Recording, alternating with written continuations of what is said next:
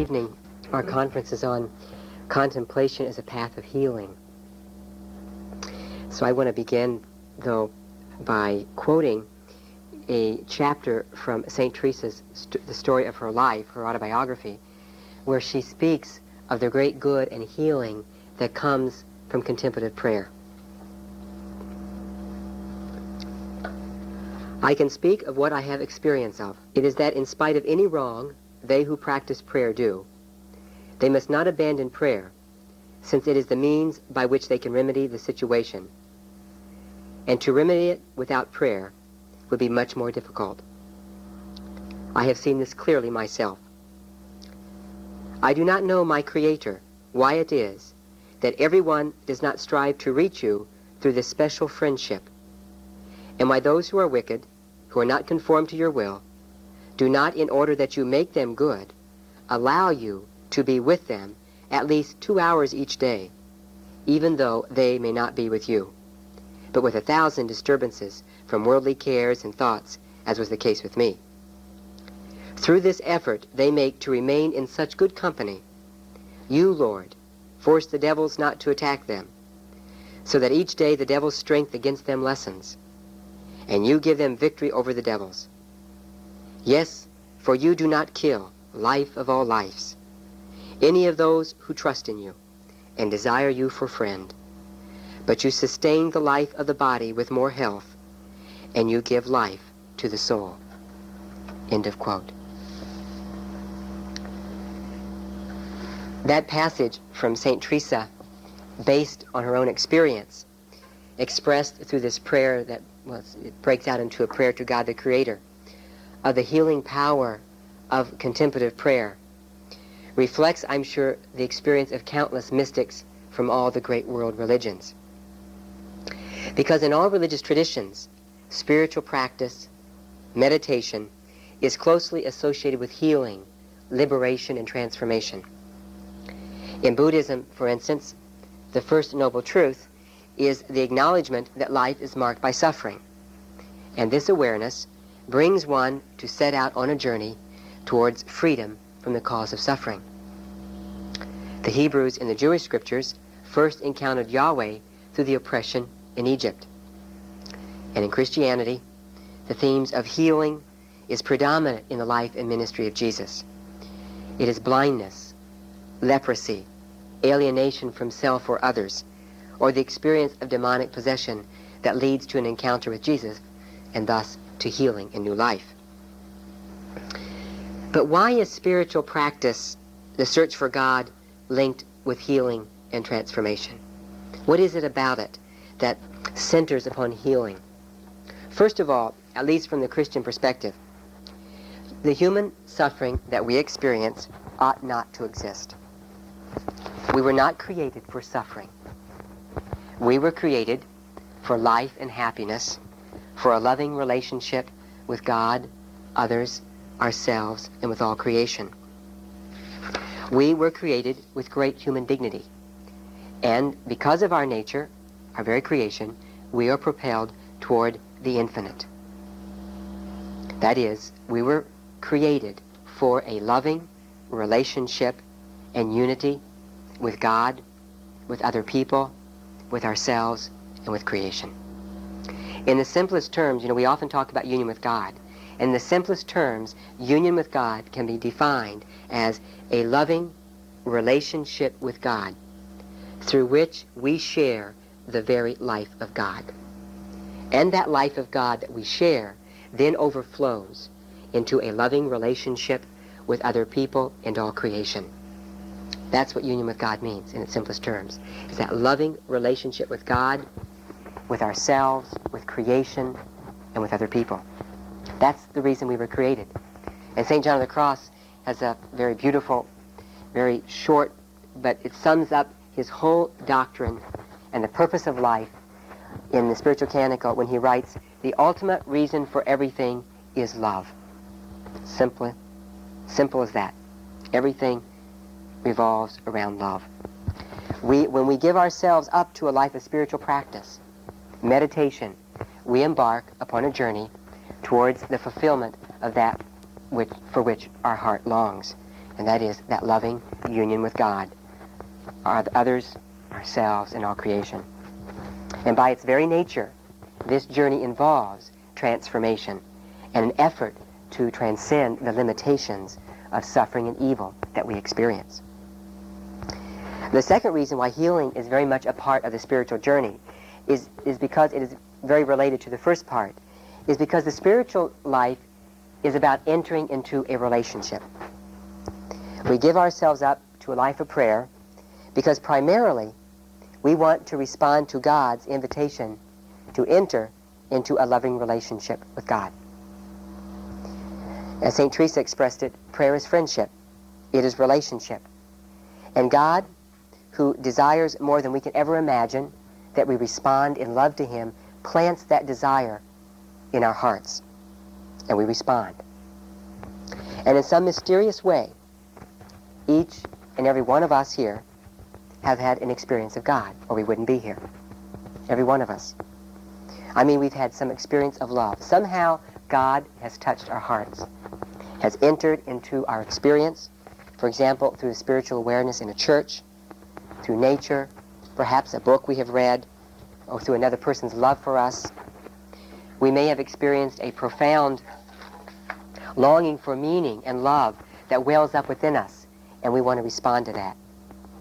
Or maybe we have experienced the touch of God coming to us through some hardship or illness. But regardless of how we have experienced God's wound or His touch, a longing for friendship with God, for love and wholeness, for deeper meaning seizes us, and we set out on a spiritual journey. However, when we enter into a loving relationship, we always learn that all is not well. As one of my supervisors used to tell us in hospital ministry, he says, love always draws out all the pus. Because to enter into a relationship with another person is to draw out all the vulnerability, the woundedness, and the hurt. When we enter into relationship with another, we find out that there's a lot within us that needs healing. Fears, insecurities, egocentric behavior, repressed anger, many, many things that we find out stand in the way of the deepening of that relationship. And we all know this from our own experience. I mean, the best way to draw out our brokenness as well as our giftedness is to enter into friendship with another person. And it's also the best way to enter into healing. And it's the same principle at work in meditation and prayer. For in contemplative prayer, the other person is the person of God, who lives in the depths of our being, imparting to us life, love, and wholeness. And it's for this reason, because meditation is a relationship, that it is also a path of healing. I said that we were not created for suffering, that we were created for healing, for wholeness, for happiness, for a loving relationship. But, as I said, we all know that all is not well. Our experience shows us that despite our sincerest longings for love, for happiness and wholeness, we human beings find it very difficult to love. Human nature is profoundly wounded and stands in need of transformation and healing. And all we have to do, if we don't believe it within ourselves, all we have to do is to read the newspaper or to turn on the television, to recognize that human nature, which has such great dignity, and it's made for such great things, and longs for wholeness and love, is also very wounded and needs healing. Because due to some profound disorder, which we Christians call original sin, as well as our own personal sin and our wounded personal history, with all the factors that make up our character and our stories, we experience a profound disorder or conflict within the human heart that makes it difficult for us to relate to God and to others and to life in the way that God intended at our creation and in the way that we truly desire in the depths of our hearts. We find it hard to love in the way that God has asked us to love. St. John of the Cross says that we have a love sickness, or he often says we love in a base manner. And one of the major themes running through his writings is that the human heart stands in need of profound healing and transformation. Like all the great mystics, he wants to show us the way to transformation healing. So I'm going to draw upon St. John of the Cross in order to investigate the path of healing for us. But to begin with, I think it would be helpful if we asked ourselves, what needs to be healed within us?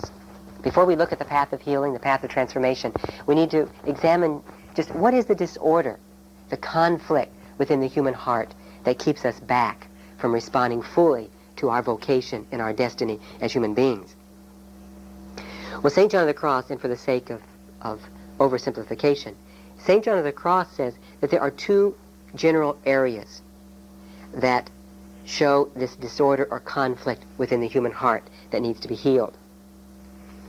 And the first is that we human beings, despite our best intentions, whether consciously or unconsciously, we have this tendency at times to seek satisfaction, peace, fulfillment, and love in something that can never give it to us, whether it be material possessions, power, prestige, riches, unhealthy relationships, ideas, and even spiritual experiences and highs. And I'm not going to go into a great deal with this because my next lecture later on during this week will cover that area. But I do want to say a few things about it. Now, we can see this not only in our personal lives, but in society at large with all the addictions that afflict us. According to John of the Cross, our deepest desire is truly for God, who alone can satisfy the human heart.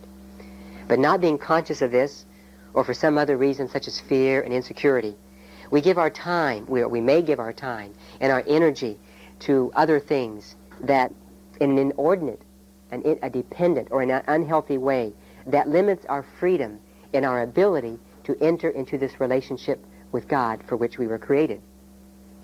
And the root problem here, and this often happens when we deal with this problem, the root problem here is not things. Money's not bad, material possessions are not bad, power is not really bad if it's used properly, prestige is not bad, spiritual experiences aren't bad in themselves. But the problem is the human heart.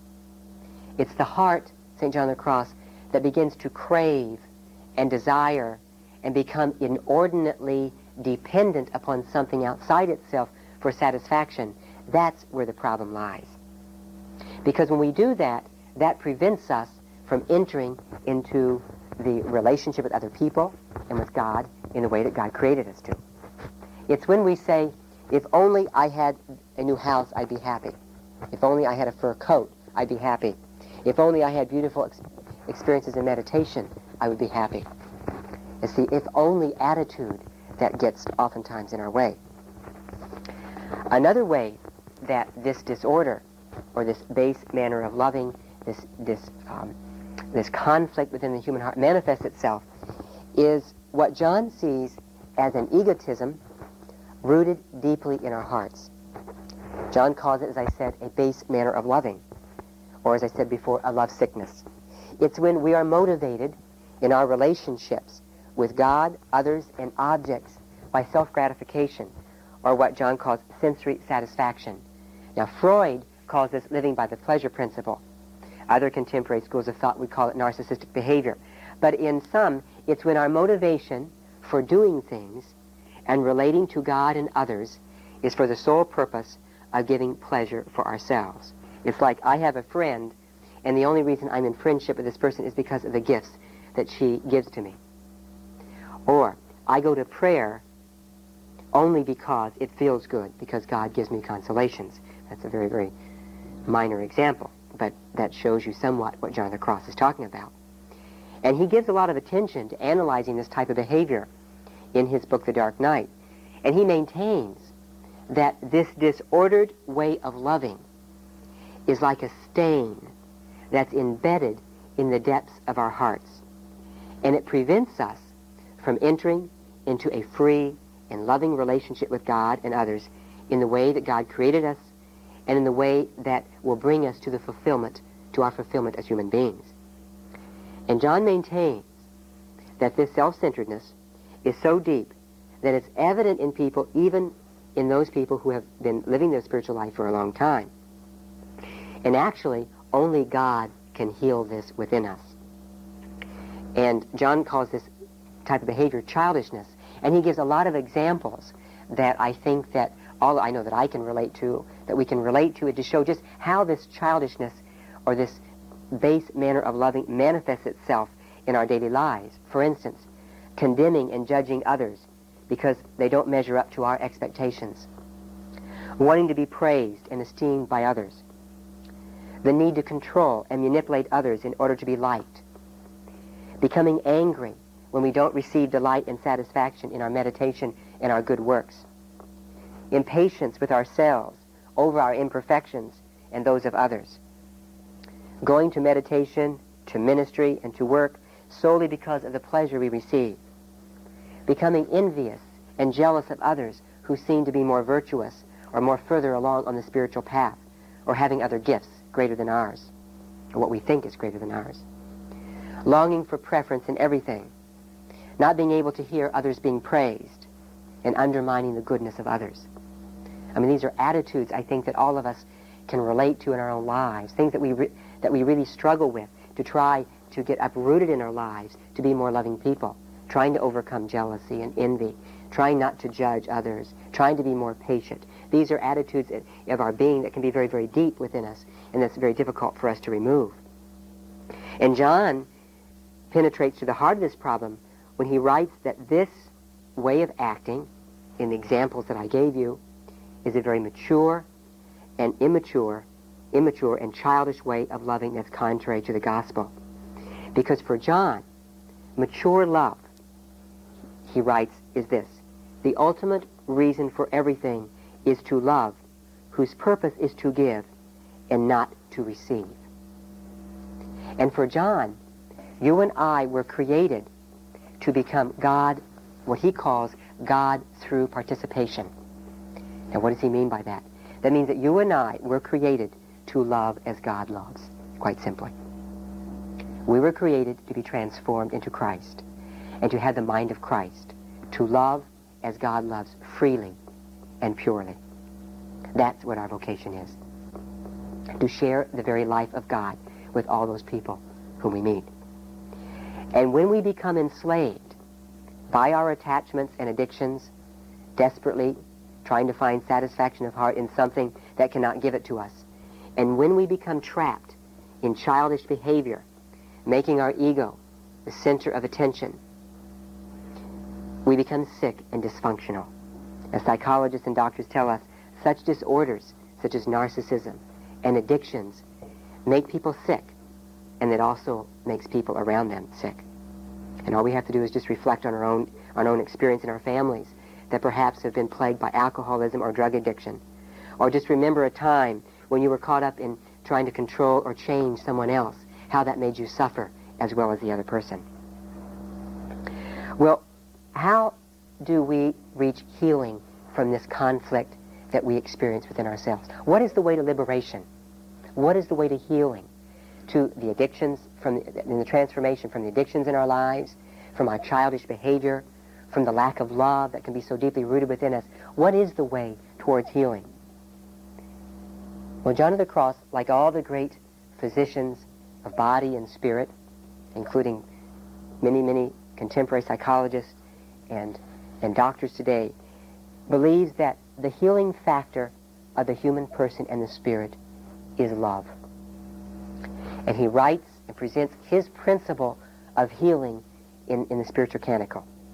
He writes this, quote, "The reason for this is that the love of God is the soul's health. And the soul does not have full health until love is complete. Sickness is nothing but a want of health. And when the soul has not even a single degree of love, she is dead.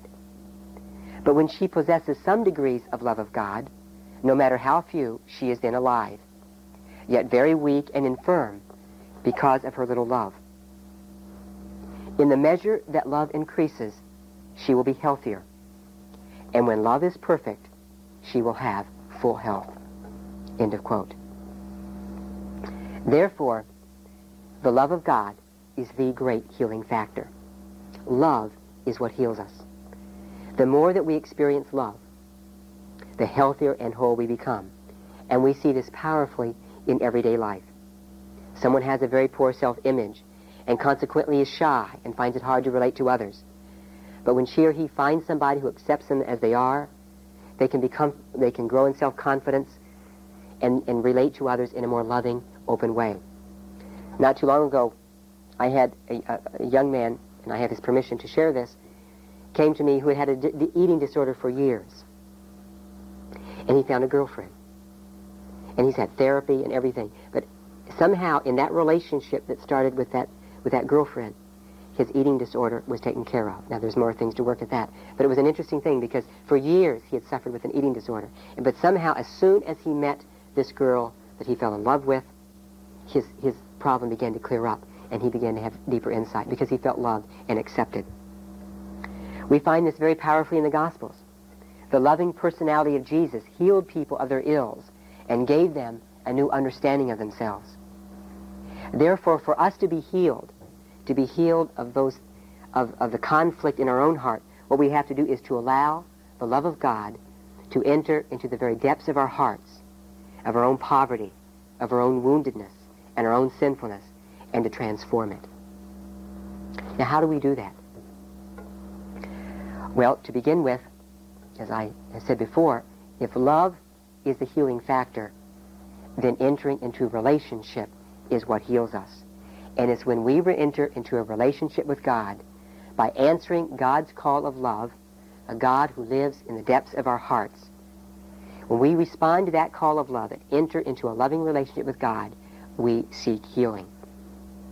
And it's important for us to keep in mind that God lives in the depths of our being, loving us and imparting to us beauty and dignity. And of course this implies that in order for God to love us, we don't have to be good, we don't have to be perfect.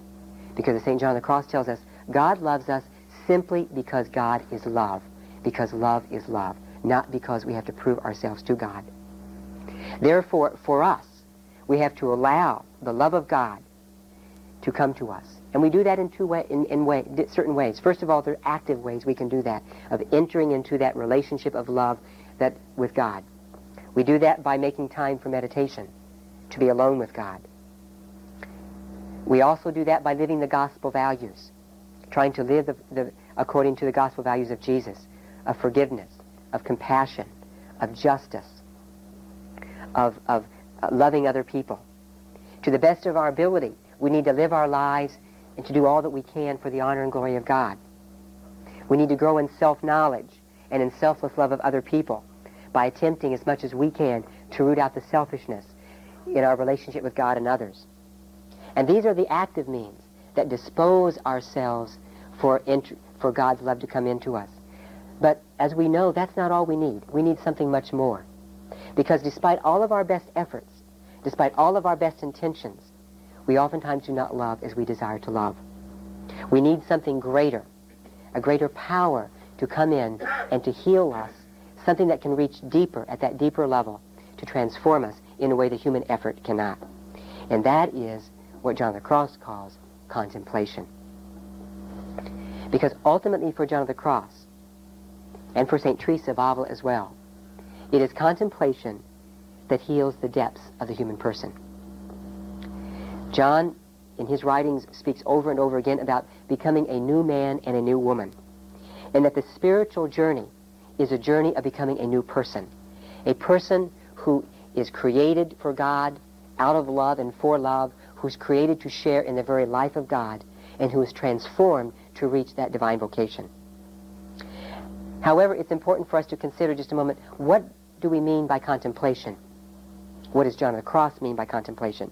Because there's a lot of misunderstandings oftentimes with this word. John defines contemplation as this, quote, "Nothing else than a secret and peaceful and loving inflow of God, which, if unhampered, fires the soul in the spirit of love." End of quote.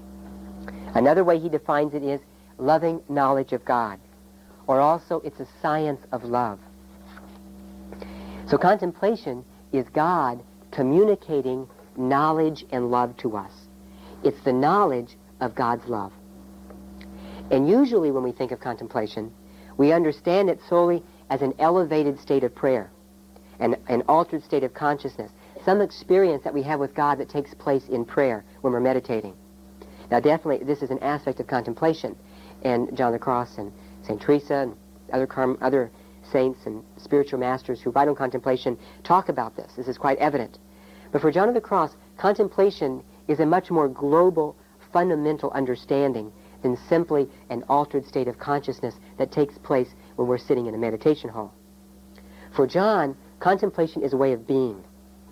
It's an openness, and it's a search for God's loving presence that God communicates to us in all of life, in meditation, in our work, our relationships, our joys, our sufferings. In this sense, contemplation is an attitude of being whereby we open ourselves to the inflow of God's loving presence within us and in all of life, allowing God to transform and heal us in and through the many and diverse circumstances and relationships of our lives. Quite simply, it is God's self-communicating love that comes to us in all of life. Now as I said, it comes to us in all of life.